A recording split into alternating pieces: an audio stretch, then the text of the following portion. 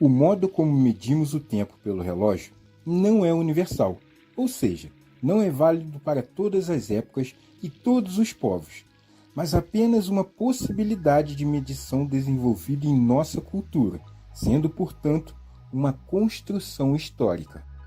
Em muitas sociedades rurais, os trabalhadores vivenciam um tempo da natureza, relacionado ao dia e à noite, às variações do clima, as épocas de plantio e de colheita, entre outras.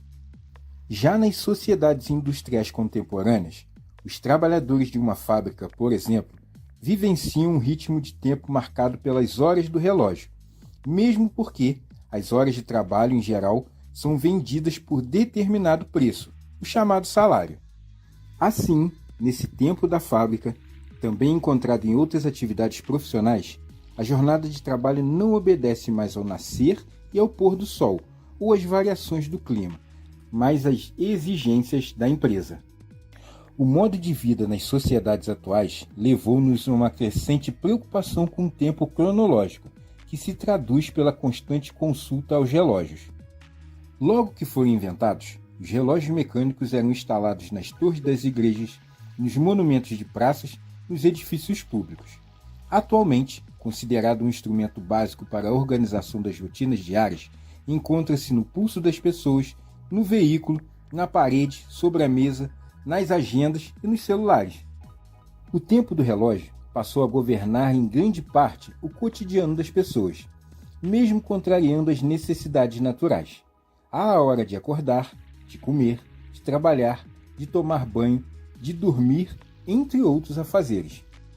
O tempo pode ser organizado em unidades, ano, mês, semanas, dias, horas, entre outros, relacionados aos interesses de uma sociedade. Em função disso, surgiram os calendários, que é um sistema que estabelece um modo de contar o tempo.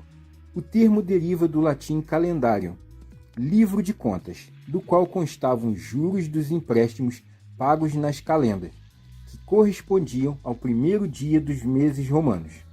Os calendários consistem em uma criação sociocultural, ligada a diversos fatores, como observações astronômicas, crenças religiosas, valores sociais, entre outros. Todo calendário tem a sua própria história. Diferentes povos criaram calendários de acordo com os seus conhecimentos, critérios e necessidades.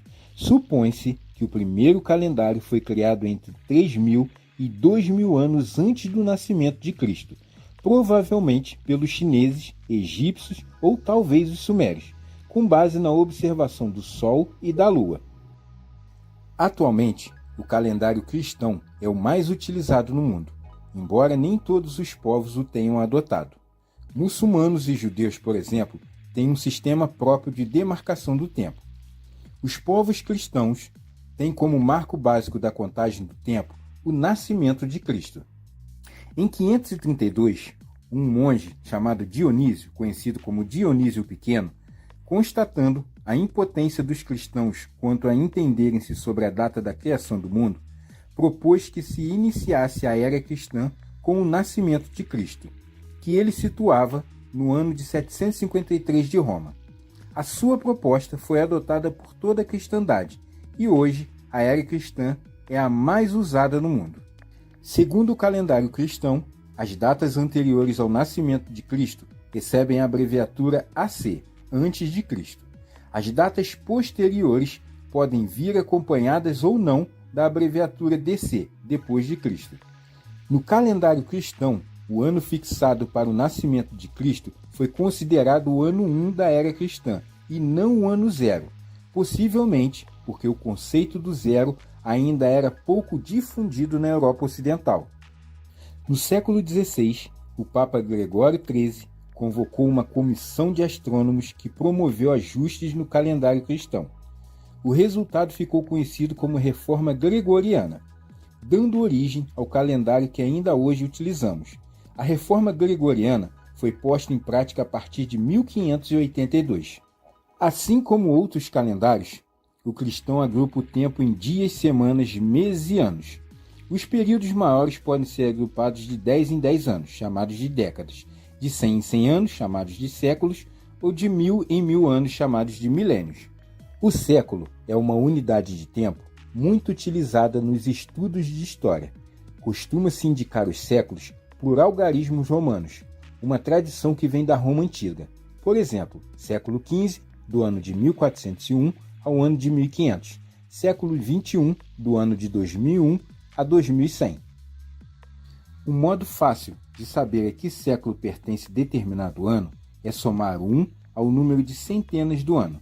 Por exemplo, no ano de 1997, cortamos o número 7 das unidades e 9 das dezenas e acrescentamos 1 ao número das centenas, nesse caso 19 mais 1, século 20.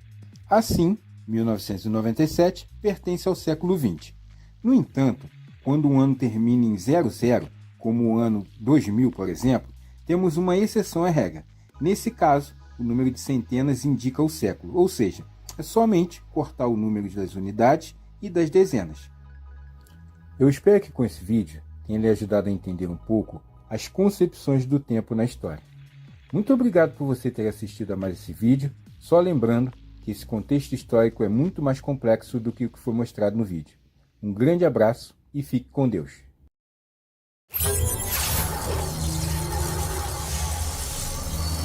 What?